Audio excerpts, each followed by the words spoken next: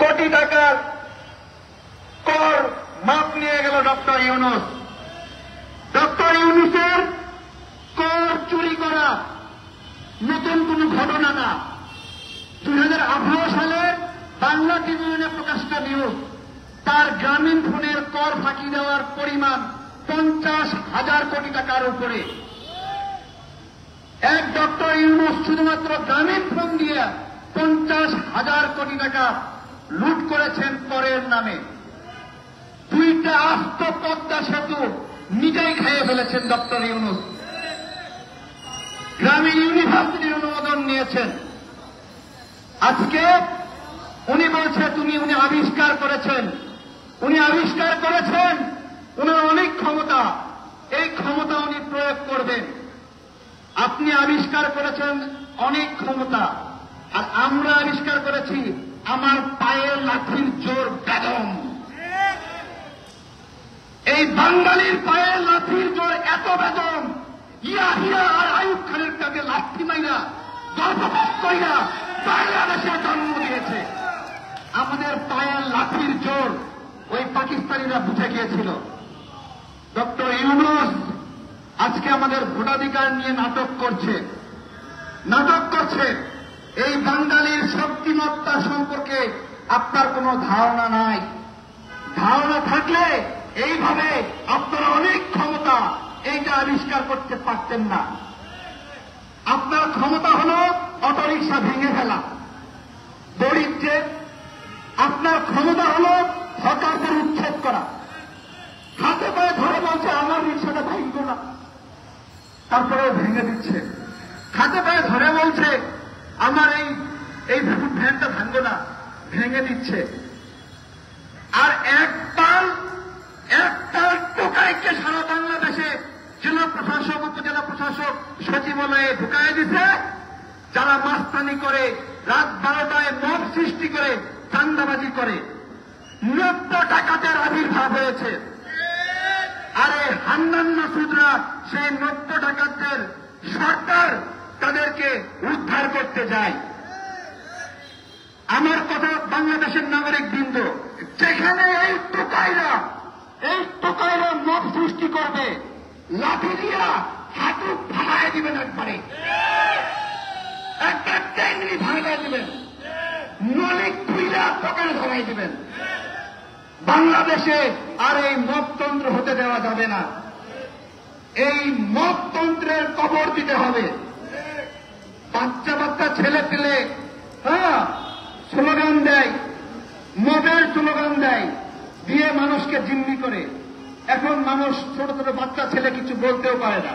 আচ্ছা, বাচ্চা ছেলে শখ করে করছে, করুক না, শখ করে করছে, করুক না।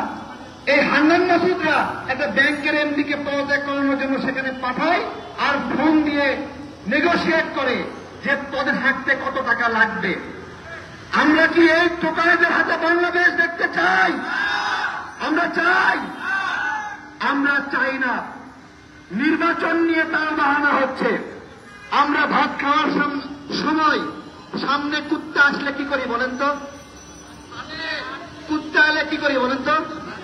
না, আমরা ভাত খাওয়ার সময় কুত্তা এসে চাইয়ে থাকলে বলি আগে কুত্তা খেদাই, তারপরে ভাত খাই। নির্বাচনের বিষয়ে আমি বলবো আগে কুত্তা খেদানো, তারপরে নির্বাচন আয়োজন করব। এই কুত্তারা নিজেরা কি করতে যাচ্ছে শোনেন। উপদেষ্টা পদেও থাকবে, আবার নির্বাচন করবে, স্বপ্ন দেখছে। তাহলে বলেন আগে কুত্তা খেদানো জরুরি কিনা? কুত্তা খেদানো জরুরি। কুত্তা না খেদালে কি হবে? পেটে ব্যথা হবে, নজর পড়বে। বাংলাদেশের গণতন্ত্রের উপরে শকুনের নজর পড়েছে। যেই শকুন অনেক জনপ্রিয়, যেই শকুন বন্দর যদি দিতে চাই, তাহলেও জনগণ বলে দিয়ে দাও বন্দর, দিয়ে দাও বন্দর। বিষয়টা গতকাল বলেছিলাম, পাবনার এক এমপি এক গৃহবধূকে ধর্ষণ করেছে। সেই গৃহবধূ ধর্ষণের বিচার চায় না, বলে এমপির সঙ্গে বিয়ে দিয়ে দাও। ওই গৃহবধূ যদি কোন রাখালের দ্বারা ধর্ষিত হতো, তাহলেও কি বিয়ে হতে চাইতো? বলেন তো, না বড় লোক দেখছে, এই জন্য ধর্ষিত হওয়ার পরেও ধর্ষণের বিচার না চাইয়ে বলতেছে দিয়ে দেন। আমেরিকারে বড় লোক মনে করে বলতেছে ধর্ষিত হই না, সমস্যা কি, বড় লোকই তো আছে। আরে ভাই, আমেরিকা তো শুধুমাত্র ধর্ষক না, তার বীর্যপাত করাই ক্ষান্ত হবে না, আমার দেশ মাতাকে ছিন্ন ভিন্ন করে খাবে। এইটা কি কখনো বিবেচনা করেছেন? আমরা স্পষ্ট কথা, এই বন্দর নিয়ে নাটক করলে লাঠি হাতে নিয়ে যেরকম হাসিনাকে দৌড়ানি দিয়েছিলাম, ডক্টর ইউনূসকে এমন দৌড়ানি দিব, ওদের যার যার দেশে নাগরিকত্ব আছে, ওদের যার যে দেশে নাগরিকত্ব আছে, এক দৌড়ানিতে কাউরে সুইজারল্যান্ডে পাঠিয়ে দিব, কাউরে আমেরিকায় পাঠিয়ে দিব, কাউরে। আরে ভাই, ডক্টর ইউনূসকে বলি, ধরেন আপনি দুর্বল হয়ে গেছেন, আপনার পরিবারকে সার্ভিস দিতে পারছেন না, তাই বলে কি আপনার পরিবারকে আর একজনের কাছে বর্গা দিবেন? দিবেননি, আসলে দিবেননি। আচ্ছা, ওনার কথা বাদ দিলাম, ধরেন আপনি টাকা পয়সা কম, গরিব, বউরে ভাত কাপড় দিতে পারেন না ঠিক মতো, আপনি কি বলবেন প্রতিবেশীর কাছে যাও, ভাত কাপড় নিয়ে আসো? তাহলে আমার যে বন্দর, এই বন্দর যদি দুর্বল হয়, আমি বলবো আমেরিকার কাছে দিয়ে দিব? আমার লোক যদি দুর্নীতি করে, দুর্নীতির বিচার করবে। আমার যদি বন্দরে, আগে বন্দরে লাগতো 21 দিন, কতদিন লাগতো? 21 দিন, সেখান থেকে কমে আসছে 11 দিন। কেন কমে আসলো? নিউ মোরিং বন্দর আপডেট করা হয়েছে। তাহলে প্রথম আপডেটে অন্তত অর্ধেক সময় কমছে তো, নাকি? কমছে তো। তাহলে আমাদের প্ল্যান কি হবে? আমাদের প্ল্যান হবে আরেক দফা আমরা আপডেট করব, তাই না? আরেক দফা আপডেট না কইরা ডক্টর ইউনূস এটা বিদেশিদের হাতে দিতে যাচ্ছে। আমার যে তেল এবং গ্যাস, এটা আমার সম্পদ না? এই সম্পদ থেকে কি হয়? আমার আয় হয়। এটা বিদেশির কাছে দিলে এই আয়টা অর্ধেক ভাগ হয় কিনা বলেন? এটার দাম নির্ধারণ বিদেশিরা করে কিনা বলেন? করে না? ঠিক একইভাবে আমার বন্দর বিদেশিদের হাতে গেলে আমার যে আয়, সেই আয় ভাগ হয়ে যায়। আমার বাংলাদেশ যে একটা রাষ্ট্র, এই রাষ্ট্রের আয়ের উৎস কি? ভ্যাট থেকে আয় হয়, ট্যাক্স থেকে আয় হয়, আর একটা হলো টোল আদায় থেকে আয় হয়।